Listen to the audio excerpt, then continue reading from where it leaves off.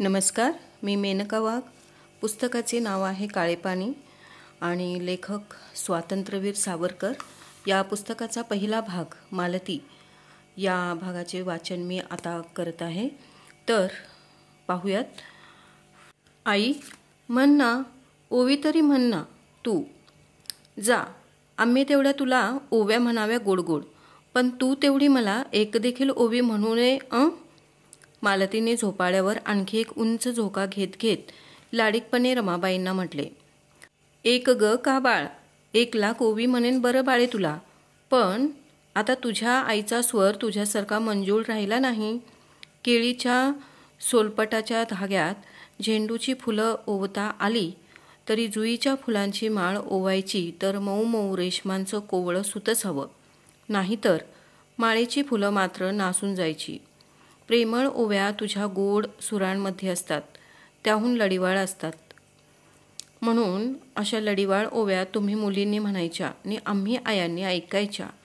मी ओवी म्हटली तर चीर गेलेल्या सतारीसारखं गाण्यातलं गोडपण गळून जाऊन माझ्या चिरकत्या आवाजाचं मात्र तुला हसू येईल.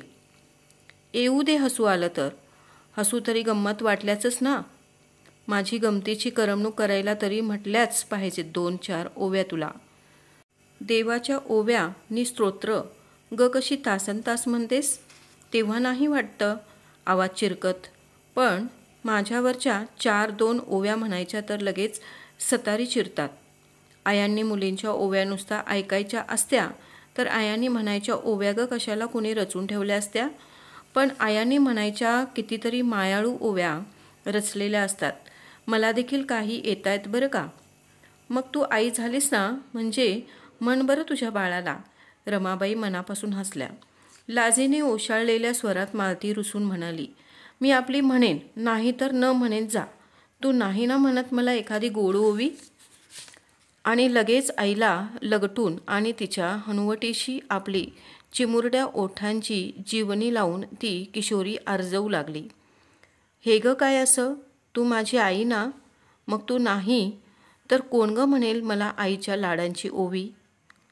तू माझी आई ना, हे तिच्या एकुलत्या एक मुलीचे लढीवाळ शब्द ऐकताच रमाबाईंच्या हृदयात वात्सल्याचे इतके भरते आले की एखाद्या पित्या लेकरासारखे तिच्या लेकराचे सुरेख मुख आपल्या छातीशी लावावेसे तिला वाटले.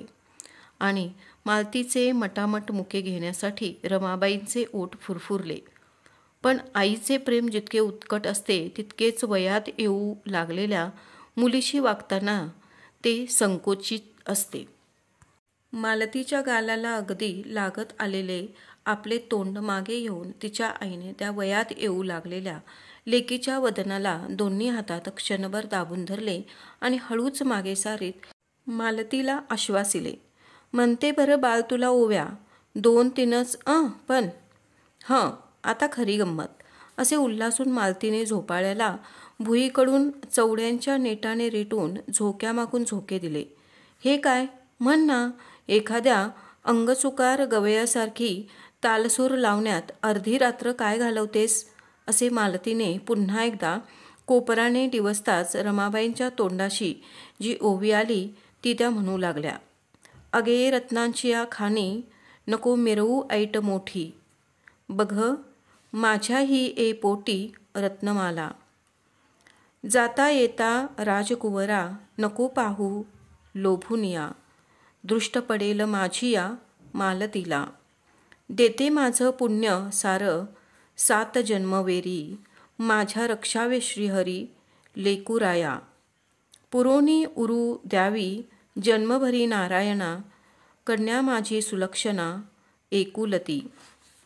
एकुलती हा शब्द गाण्याच्या नादात उच्चारला जाताच एकदम जसा विंचूड असावा तशी कोण्या तीव्र दुःखाची आठवण होऊन रमाबाईंचे मन व्याकुळ झाले. आपल्या मुलीला तशा आनंदाच्या भरात ते शल्य बोचू देऊन व्याकुळवू नये म्हणून रमाबाईंनी तोंडावर जरी खिन्नतेची छाया उमटू दिली नाही तरी गाणे त्यांच्या तोंडाबाहेर निघण्याचे अकस्मात बंद झाले. मालतीला वाटले की ओव्या म्हणताना आईला धम्म लागला, त्यामुळे ती सहसा चूप बसली असावी.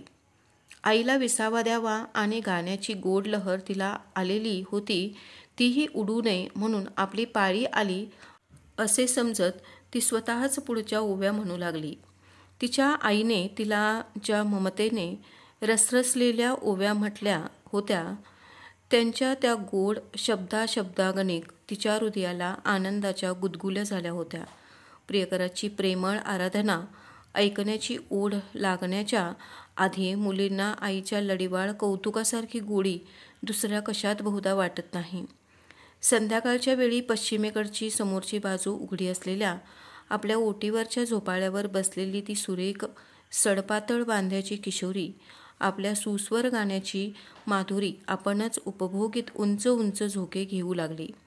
झोपाळा एका बाजूच्या उंचीवरून उतरत असताना वाऱ्याने तिच्या पाठीवरचा पदर फडफड करीत जेव्हा उडे तेव्हा वाटे की संध्याकाळी दूरवरच्या घरट्याकडे उडत जाणाऱ्या कोण्या सुंदर पक्षाच्या थव्यातील मागे राहिलेले हे पाखरूही असे पंख उभारून लकेरी मागून लकेर घेत उल्हासाच्या आकाशात आता उडून जाते की काय कोण जाणे. माऊलीची माया न ये आणिकाला, पोवळ्या माणिकाला रंग चढे. नये आणिकाला माया ही माऊलीची, छाया देवाच्या दयेची भूमीवरी. माऊलीची माया कन्या पुत्रात वाटली, वाट्या प्रत्येकाच्या तरी सारीची ये. जीवाला देते जीव, जीव देईन आपुला, चाफा कशाने सुकला भाई राजा. माझं ग आयुष्य कमी करोनी मारुती, घाल 100 पुरती भाई राजा. गाण्याच्या ओघात मालती आता जी ओवी तोंडी येईल ती गात चालली होती. पहिल्या ओव्या तिच्या मनाच्या बोलीत रचलेल्या होत्या. तिच्या आईवर जी तिची लढीवाळ ममता होती तीच त्या ओव्या निवडून निवडून मालतीच्या कंठांच्या सनईतून गात होती. परंतु पुढच्या ओव्या अर्थासाठी निवडून म्हटल्या नव्हत्या, तर त्या मराठी गवई हिंदी पदांचा अर्थ तितकासा न बघता जसा त्या गाण्यातील चालींच्याच हौसेसाठी काय तो ती पदे गातो तशी ती गात गेली. पण तिच्या आईचे लक्ष त्या ओव्यांतील अर्थाकडेही वेधलेले असल्यामुळे मालती तिच्या भाईराजाला लागू असलेल्या ओव्या गाण्याच्या भरात जेव्हा गात चालली तेव्हा तिच्या आईचा ऊर दुःखाने दाटत येऊन आता रडूच कोसळते की काय अशी तिला भीती वाटली.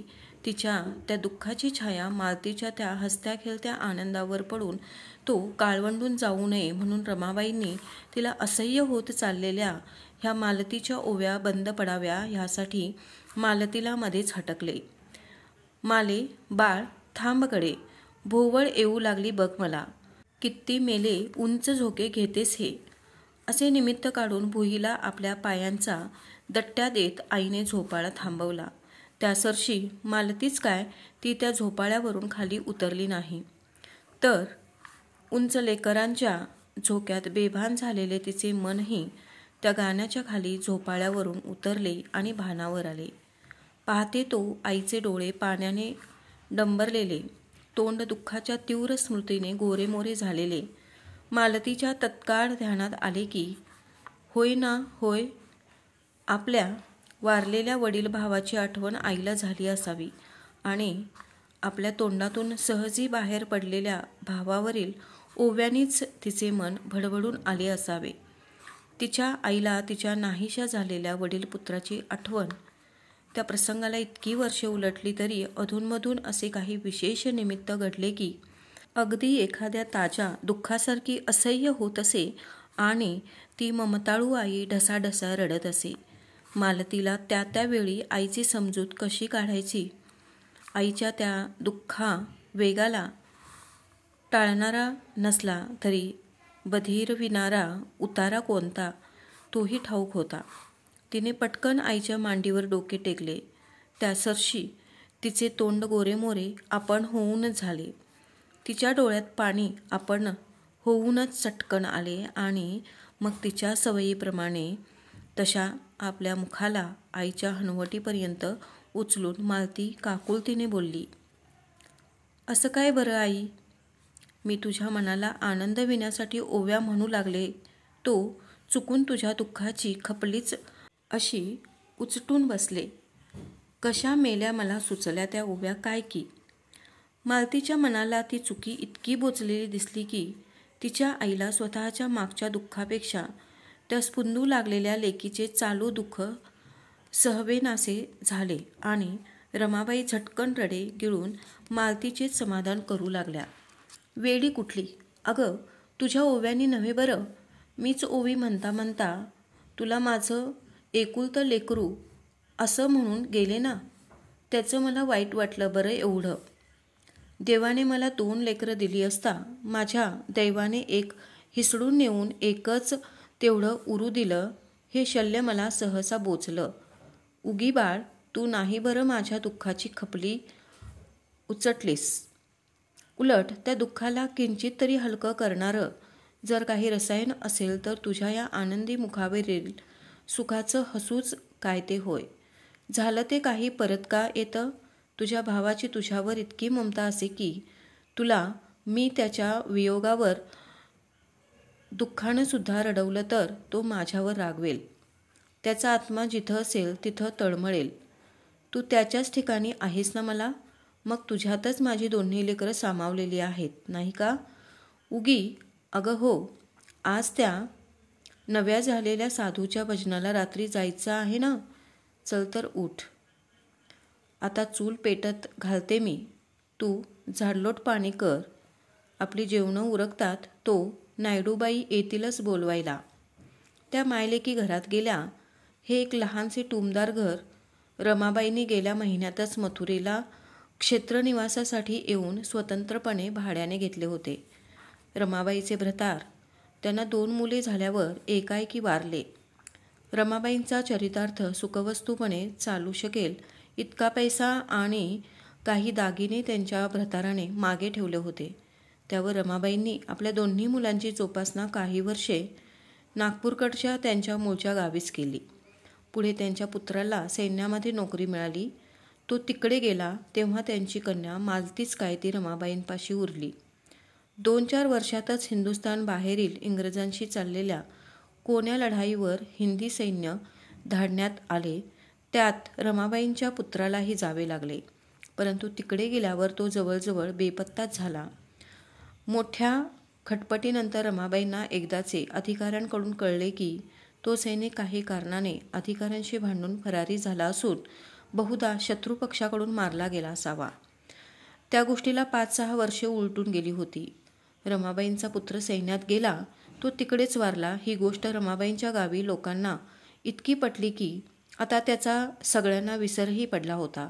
पण रमाबाईंना त्याचा पूर्ण विसर कसा पडेल? त्यांना आपल्या पुत्राचा विसर पडला नव्हता. इतकेच नव्हे तर तो पुत्र मारला गेला आणि आता ह्या लोकी पुन्हा कधीच भेटणार नाही हेही त्यांना केव्हा केव्हा खरं वाटत नसे. लढाईत मारल्या गेलेल्या सैनिकांच्या अगदी प्रेमातल्या नातलगांमध्ये ही मनोवृत्ती बहुधा अशीच आढळून येते. अजूनही रमाबाईंना तो त्यांचा पुत्र मारला गेला हे केव्हा खरे वाटेनासे होई. कोणतीही आशा उरली नव्हती तरी शंका काही फिटेना.